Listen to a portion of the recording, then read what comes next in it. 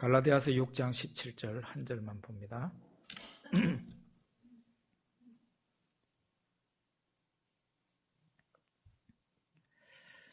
같이 읽어보겠습니다. 이후로는 누구든지 나를 괴롭게 하지 말라.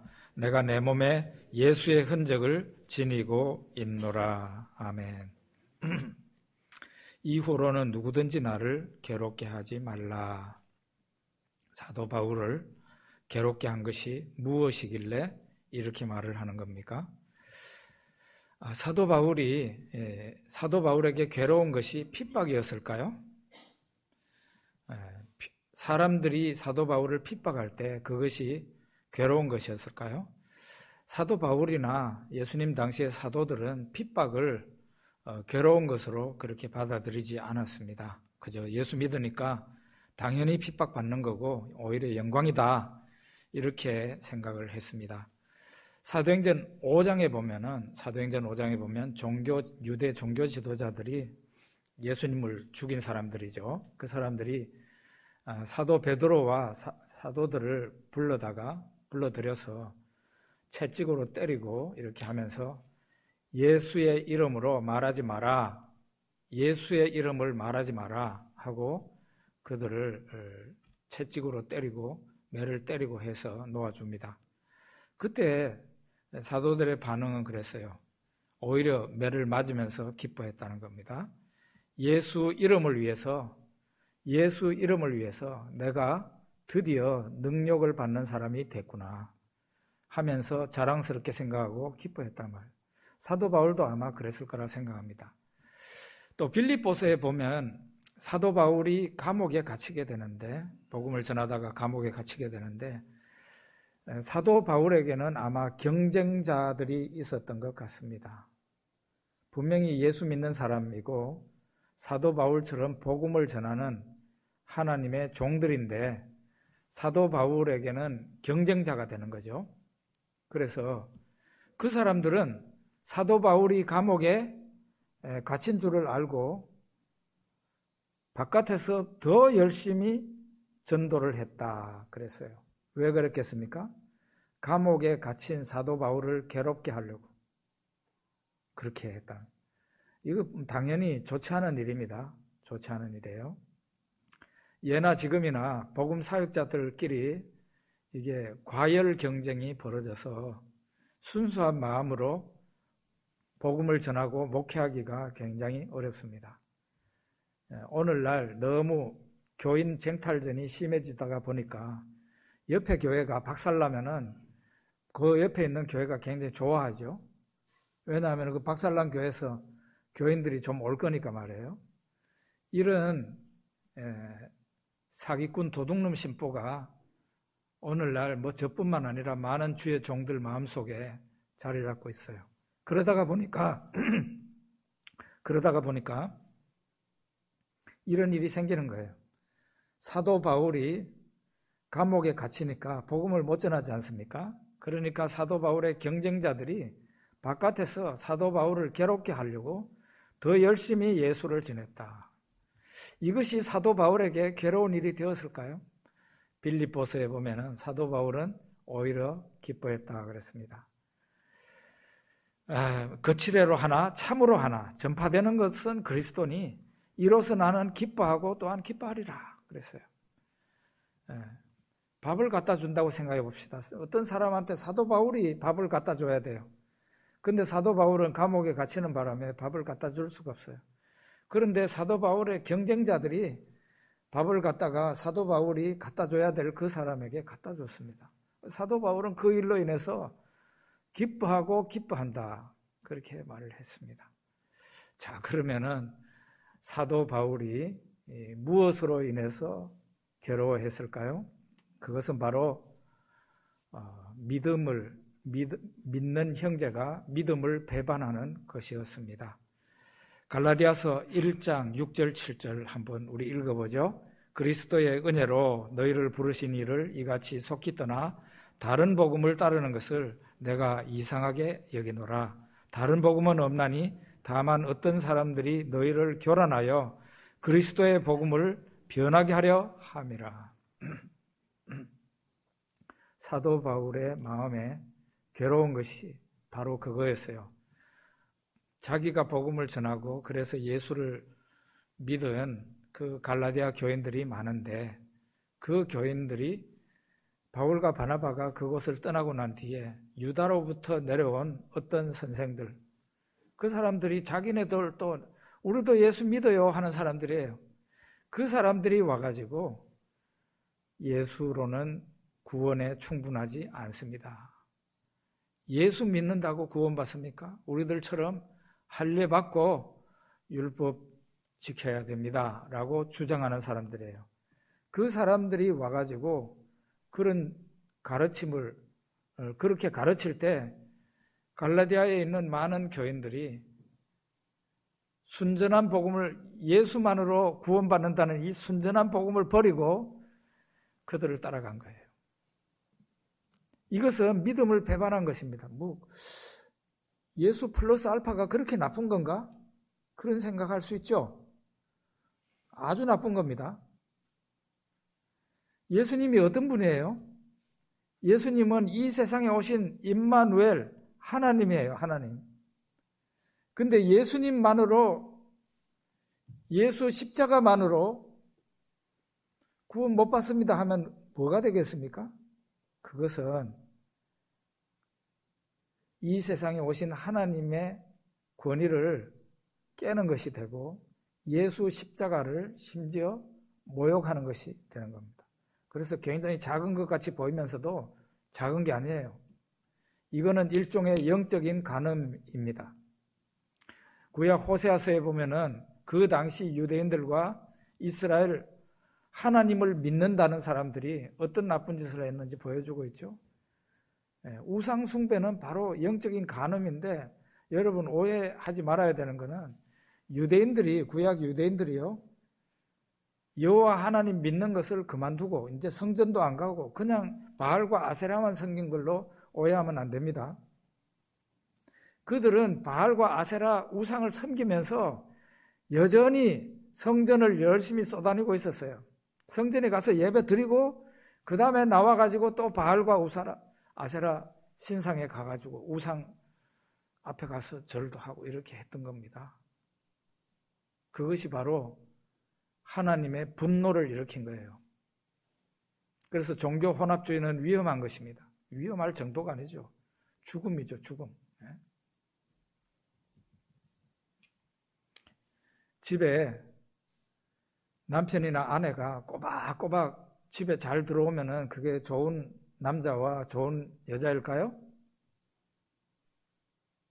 표면상으로는 그렇게 보입니다만은 그 남자, 그 여자가 밖에 나가서 다른 여자, 다른 남자와 관계를 하고 문란하게 살면서 집에는 꼬박꼬박 들어옵니다. 좋은 남자예요? 그게 바로 간음하는 사람이에요. 이 갈라디아서를 가르는 진리의 문제가 바로 그런 겁니다. 사도 바울이 가장 괴롭게 여긴 게 바로 그거였어요.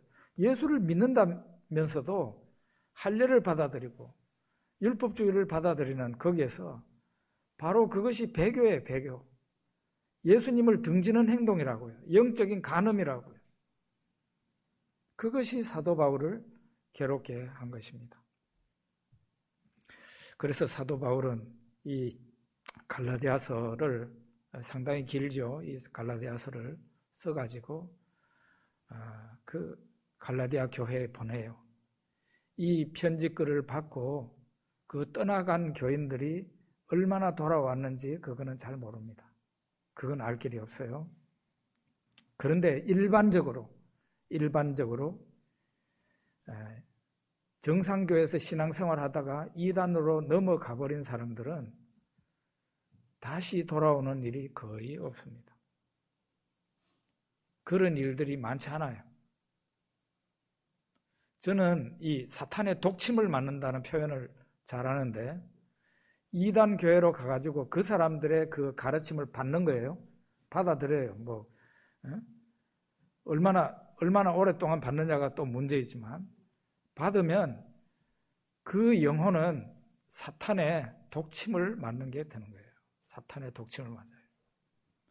이야, 그 사람들의 신앙 구조라든지 사고방식이라든지 이런 것이 전부 다 달라져 버려요. 사탄의 독침을 맞으면.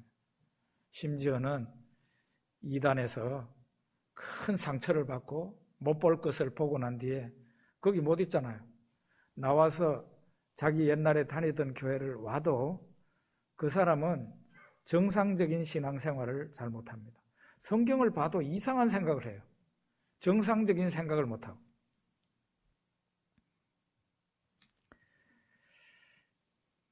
그럼에도 불구하고 이단에 빠져 있는 사람들을 어쩌든지 우리가 사도 바울과 같은 그런 마음으로 구출하려고 노력을 하기는 해야 되겠죠. 예.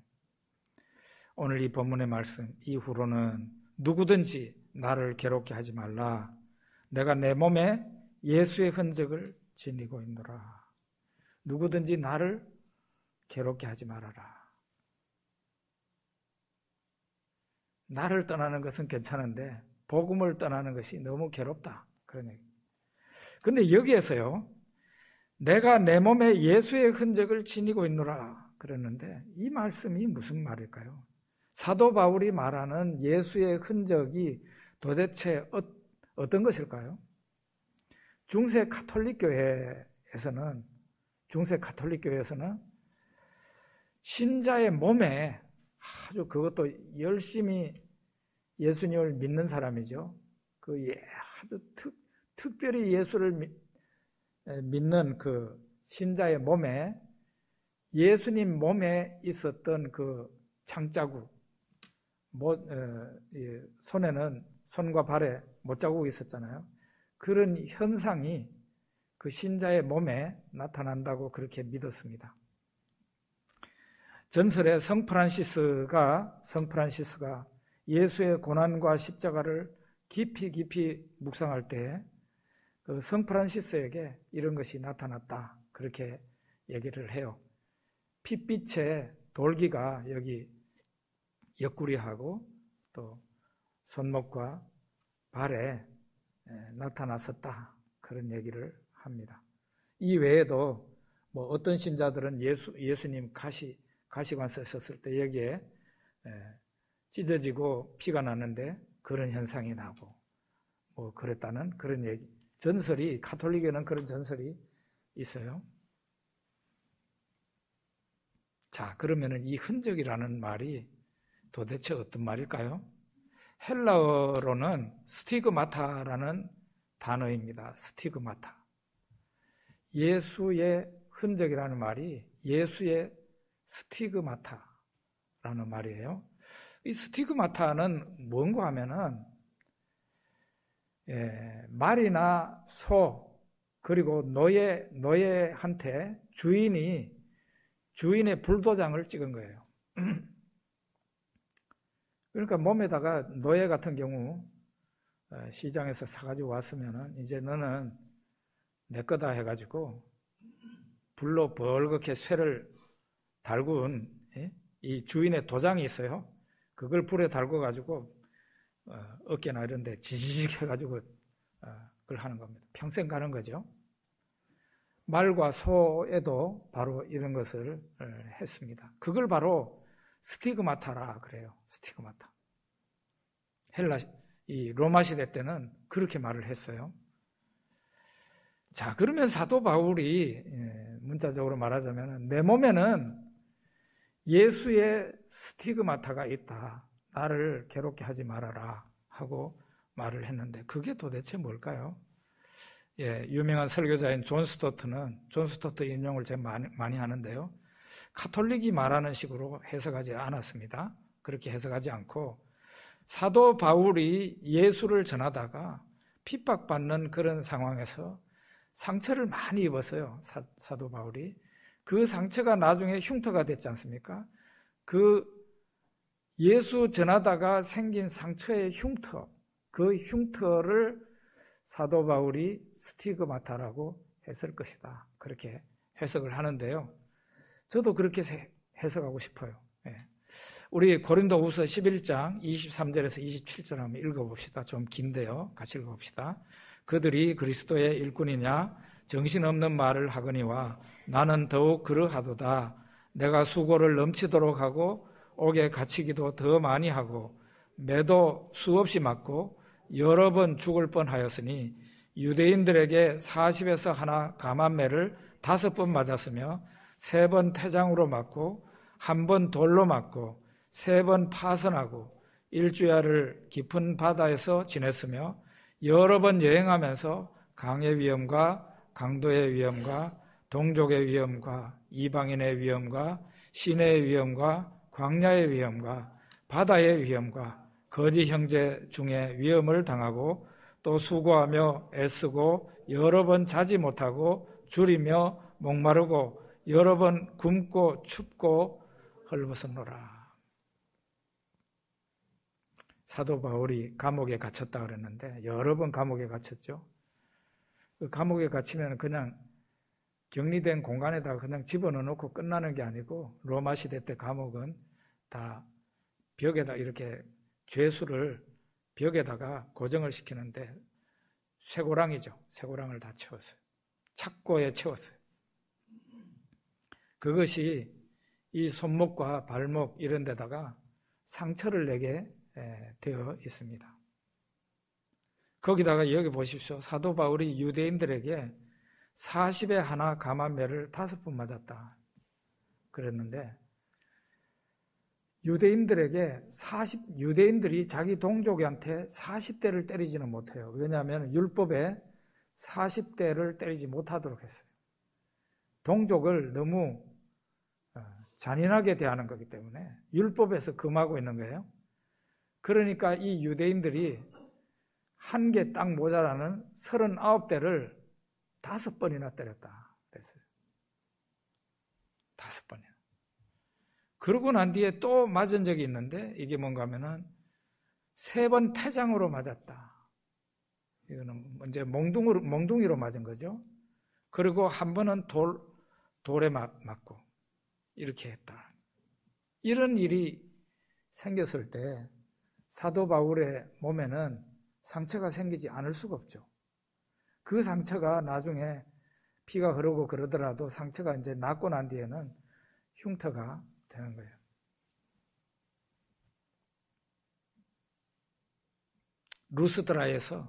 루스드라에서는 복음을 전하다가 돌에 맞았는데 사람들이 그 돌에 맞은 사도 바울이 아마 기절했던 것 같아요. 죽는 줄 알고 그 사람을 성 밖으로 끌어내서 내던졌는데 사도 바울이 거기서 살아나와서 또 다른 동네로 가서 복음을 전하는 그런 일도 있었습니다.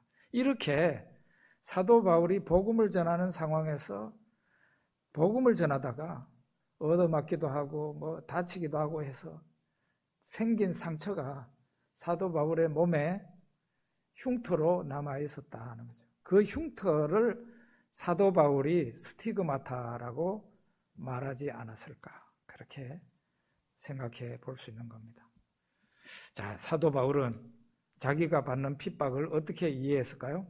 골로새서 1장 24절 한번 봅시다. 24절. 나는 이제 너희를 위하여 받는 괴로움을 기뻐하고 그리스도의 남은 고난을 그의 몸된 교회를 위하여 내 육체에 채우노라. 사도 바울이 이 24절에서는 뭐라고 하는 거예요? 그리스도의 남은 고난을 내 육체에, 내 몸에 채운다. 그런 표현을 썼습니다. 사도 바울은 그러니까 자기가 받는 고난을 자기의 고난으로 생각하지 않고 누구의 고난을 생각했어요? 예수 그리스도의 고난이 남아있어서 그 남은 고난이 지금 내한테 오는 거다. 그렇게 이해를 했습니다. 그리고 자기의 고난으로 생각하지 않고 예수의 고난으로 이해를 했다는 게 굉장히 특이한 부분이에요. 어떻게 이런 생각을 했을까요? 내가 받는 고난을 나의 고난으로 생각을 안 하고 이거는 예수의 고난이다. 어떻게 이런 이해를 했을까요?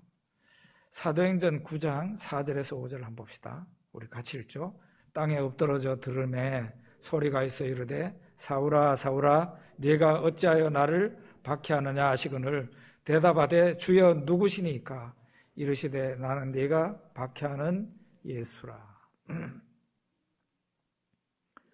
사도 바울의 다메섹 체험이라 그러는데요. 다메섹 체험.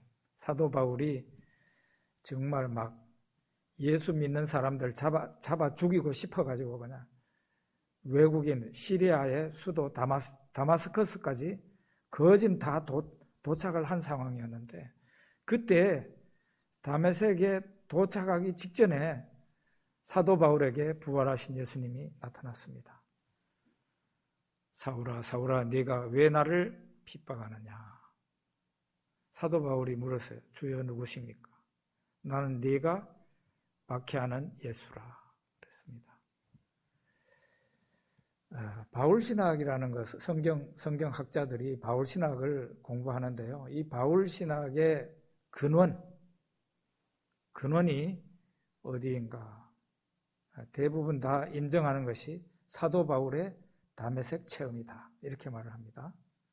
그러니까 이 단순한 것 같이 보이지만 부활하신 예수님이 사도 바울에게 나타나시고 몇 마디 말씀을 하셨는데, 이 예수님의 나타나심과 예수님의 이 말씀이 후에 사도 바울이 예수님에 대해서, 십자가에 대해서 말하는 그 근간을 이루게 됐다는 거예요.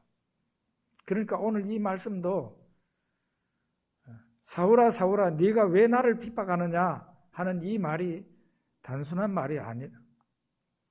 말로 받아들인 게 아니죠. 사도 바울은 굉장히 의미 있는 말씀으로 받아들인 거예요.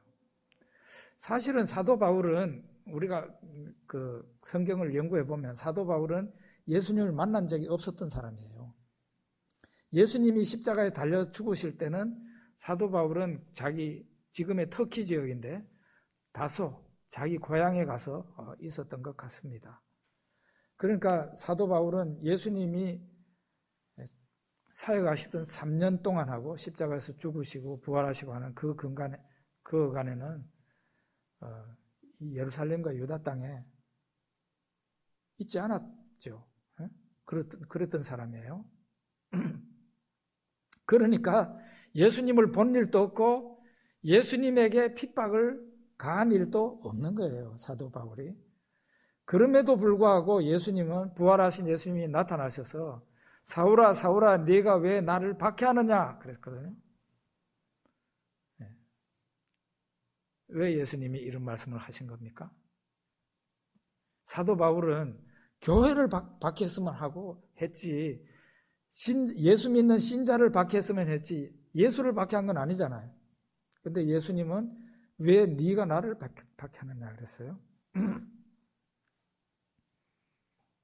그것은 예수님과 교회가 한 몸이라는 그 진리를 우리가 이해하지 않고는 이 말씀을 이해하기가 힘든 거예요. 예수님과 예수 믿는 자는 신령한 한 몸이 되었습니다.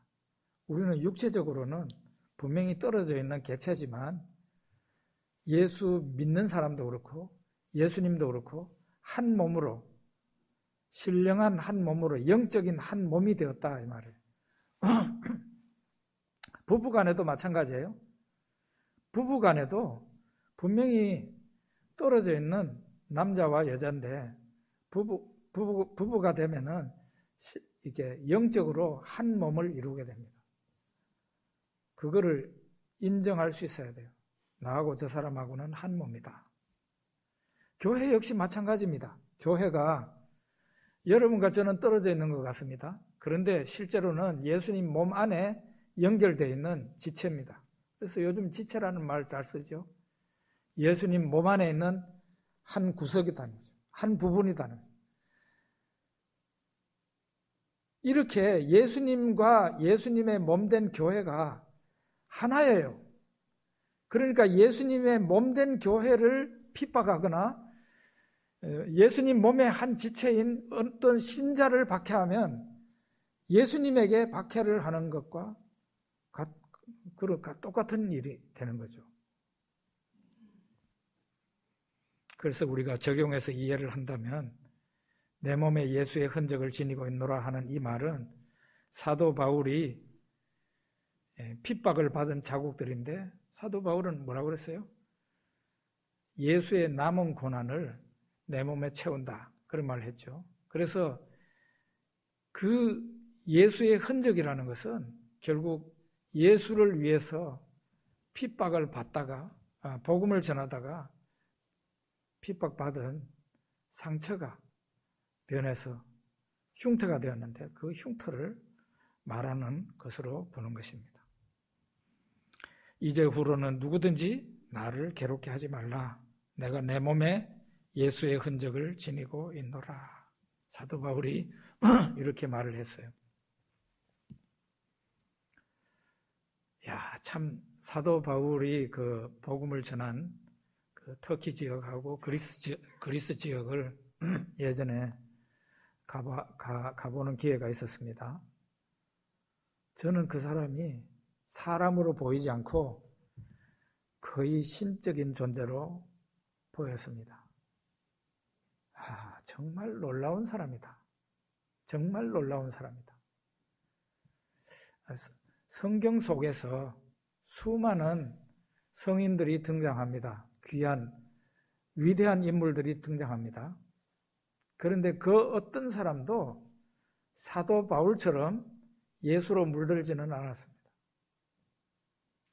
물론 이제 변화되고 난 뒤에 베드로, 야고보, 요한 다 귀한 분들이지만 나타난 것만 볼 때에, 신약 성경에 나타난 것만 볼 때에 사도 바울만큼 안과 내부와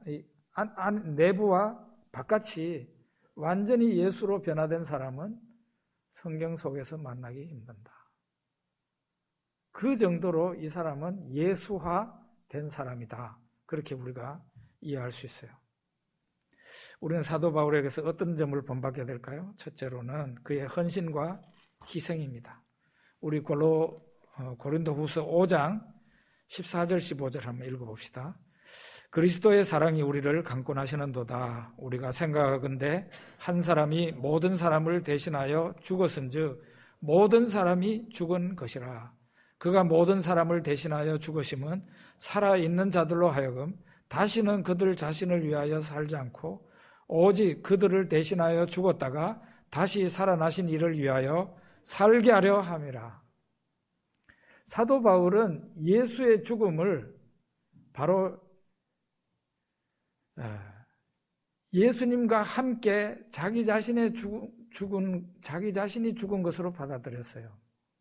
예수의 죽음은 모든 사람의 죽음이다, 이 말이에요. 그러니까 예수 믿는 모든 사람이 예수 안에서 죽은 거라는 거죠. 왜 하나님은 이런 역사를 우리 속에 나타냈는가? 그것은 이제는 더 이상 예수 믿는 사람들이 자기 자신을 위해서 살지 않고 자기 자신을 위해서 십자가에 돌아가신 그 예수님을 위해서 살도록 하기 위해서 그랬다는 거예요.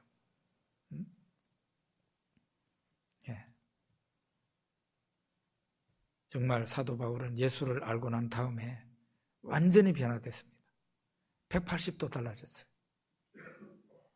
그는 이전에는 핍박하는 삶을 살았지만 이제 완전히 180도 돌아서서 자기 자신을 희생하고 헌신해서 예수님을 위해서 헌신하고 많은 사람들을 예수님 앞으로 돌아오게 하는 데 있어서 희생하는 삶을 살아간 겁니다.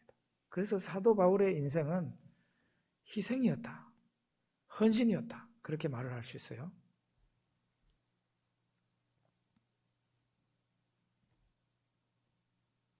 예수님을 위해서 희생하고 많은 사람을 위해서 희생하고 우리는 사람들한테 나는 빛과 소금으로 살고 싶어요. 하나님 앞에 기도하면서 그렇게 살아봤으면 하는 마음을 가지고 있습니다. 그런데 그 빛으로 산다는 게 나 자신의 희생을 전제로 하지 않고는 될 수가 없는 일이에요. 양초가 빛을 내려면 어떻게 해야 되죠? 자기 몸이 타들어가야 되잖아요. 나 자신을 희생시키지 않고 빛된 삶을 살 수 있나요? 빛된 삶 살 수 없어요. 우리가 예수님을 위해서 또 신실한 신자로 살아가는 데 있어서 이 희생이라는 것이 전제되지 않고는 절대로 좋은 신자가 될 수 없습니다. 좋은 신자 못 됩니다. 이 코로나 시국에 예배당에 잘 나와서 예배드리는 여러분 귀합니다. 그러나 저는 여러분들이 여기에만 머물러 있는다면 하나님께 너 이기주의자라고 책망받을 수 있다고 생각하거든요. 교회에 와서 정말 젠틀하게 얌전하게 교양 있게 신앙생활 할 수 있습니다. 정말 내 이름도 모르고 내가 어디 사는지도 모르고 하는 큰 교회 가가지고 거기에서 앉아가지고 조용히 예배드리고 그리고 집으로 돌아오면 그런 신앙생활을 하면 정말 교양 있는 것 같고 얌전한 것 같고 품이 있는 것 같고 그렇지만 그렇게 하면 교회 어린이들은 누구가 가르칩니까? 복음 전하는 사람은 그러면은 누군가가 복음을 들어야 되는데 복음은 누구가 전해야 됩니까? 교회에 허드렛 일은 누구가 해야 되죠? 희생이라는 게 없이 하나님을 잘 믿는다는 것은 말도 안 되는 말이에요. 여러분이나 저나 이제 얼마 살지 모르지만 많이 남았을 수도 있고 적게 남았을 수도 있는데 남아있는 인생만큼이라도 하나님 앞에 서기 전에 후회하기 전에 정말 고난받는 것을 너무 두려워하지 말고 희생할 수 있는 우리가 되어야 될 것 같습니다. 두 번째는 사도 바울의 자기 부인이에요. 첫 번째는 희생과 헌신이고 두 번째는 자기 자신을 부인하는 건데요. 마태복음 16장 24절에서 25절 한번 읽어봅시다. 이에 예수께서 제자들에게 이르시되 누구든지 나를 따라오려거든 자기를 부인하고 자기 십자가를 지고 나를 따를 것이니라. 누구든지 제 목숨을 구원하고자 하면 잃을 것이요 누구든지 나를 위하여 제 목숨을 잃으면 찾으리라. 예수님 제자들을 바라보면서 이런 말 한 거예요. 제자들. 예수께서 제자들에게 이르시되 이랬어요. 제자들이 어떤 사람들이에요? 나 예수 믿습니다. 나는 예수님 따라갈래요. 하고 예수님 졸졸 따라오는 사람들이에요. 그 사람들을 바라보면서 나는 예수님의 제자로 살래요 하면서 따라오는 그 사람들을 바라보면서 예수님 하신 말씀이 바로 이겁니다. 누구든지 나를 따라오려거든 자기를 부인하고 자기 십자가를 지고 나를 따르라. 여기에서 자기 십자가를 지는 것이나 자기 부인하는 것이나 유대인들이 그 어법이 있거든요. 같은 의미예요. 십자가를 진다는 것은 자기 부인하는 것이에요. 자기 부인이 뭘까요? 십자가 지는 게 뭘까요? 존 스토트는 이것을 사람이 자기 본능을 가지고 있는데 이 본능을 거부하고 본능을 거스려서 살아가는 것. 그것이 바로 십자가 지는 거라 그랬어요. 자기 부인하는 거라고. 여러분도 그렇고 저도 그렇고 좋아하는 거 있죠? 좋아하는 걸 안 하는 거예요. 얼마나 힘들겠어요. 네? 이 세상 영광 안 좋아할 사람 어디 있습니까? 세상에서 잘 되는 건데 높은 자리에 앉고 근사한 사람이 되고 이 세상에서 영광 받는 거 다 좋아합니다. 그런데 예수님의 제자가 되려면 그거 거부해야 됩니다. 세상 쾌락 다 좋아합니다. 세상 쾌락 안 좋아할 사람 어디 있어요? 다 쾌락이라는 거 다 좋아합니다. 그런데 그 본능을 따라가면 어떻게 되죠? 멸망이에요. 이 세상에서도 멸망, 저 세상에서도 멸망이에요. 쾌락을 따라가면. 우리는 구원받기 위해서 물을 거슬러 올라가는 물고기처럼 본능을 거슬러 올라가야 돼요. 그래서 신앙이라는 것은 다른 게 아니에요. 예수처럼 물을 거슬러 올라가는 그 물고기처럼 그렇게 사는 거예요. 본능대로 살면은 그 사람은 멸망해요. 지옥 간다고요.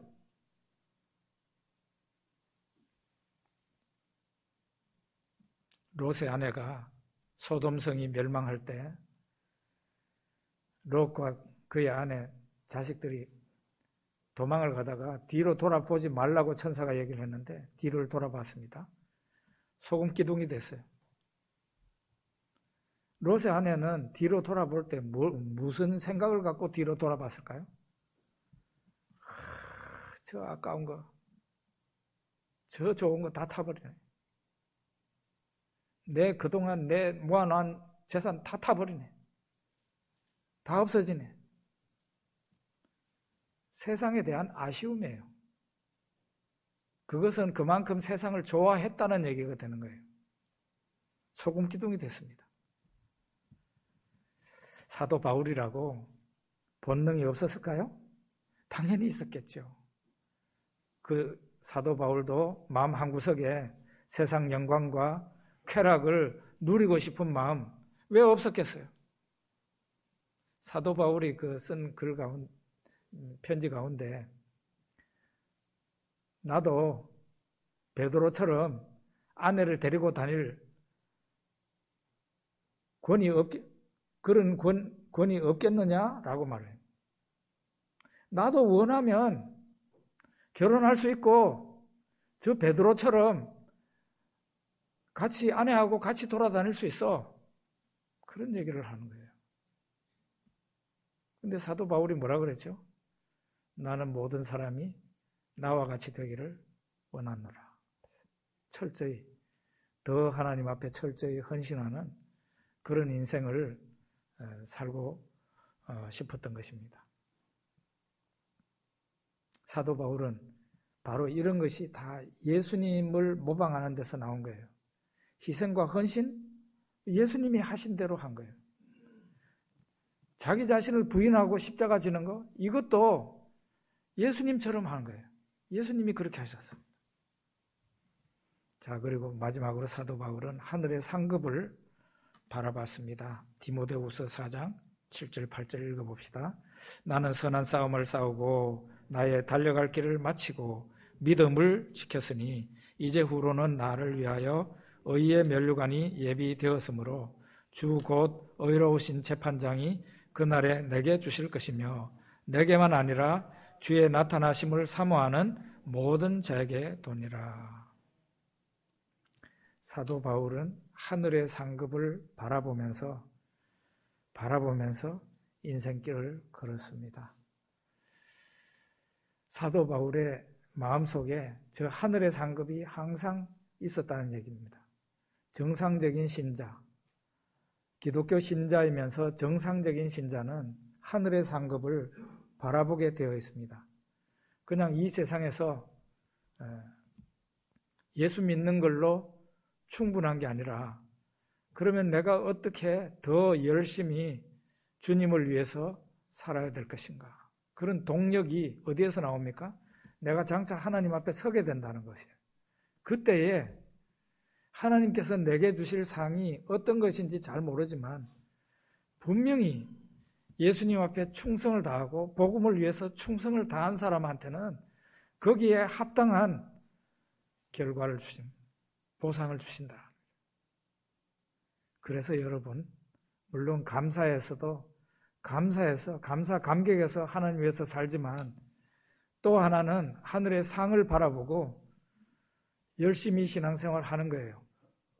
공부하는 학생이 내 자신을 위해서 열심히 공부를 하기도 하지만 좋은 성적을 얻었을 때 거기에 대한 대가가 있잖아요. 상이 있잖아요. 그 상을 바라보고 또 열심히 공부하는 겁니다. 마찬가지예요, 우리가.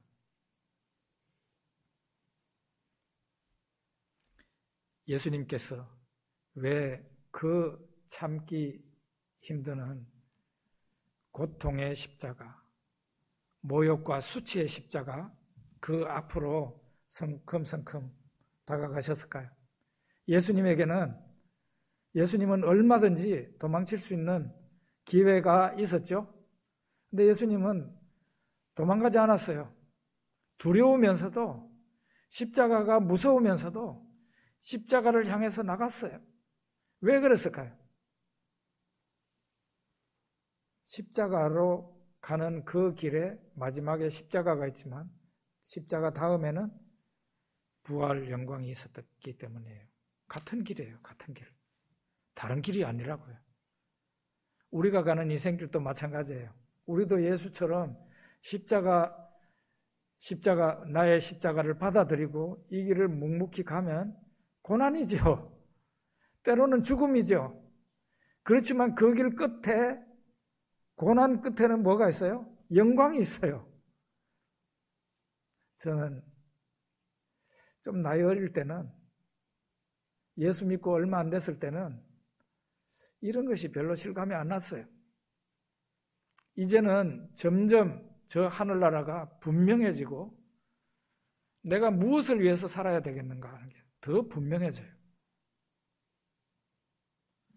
눈앞에 고난이 보이지만 그 고난과 바로 붙어 있는 영광이 보이는 거죠.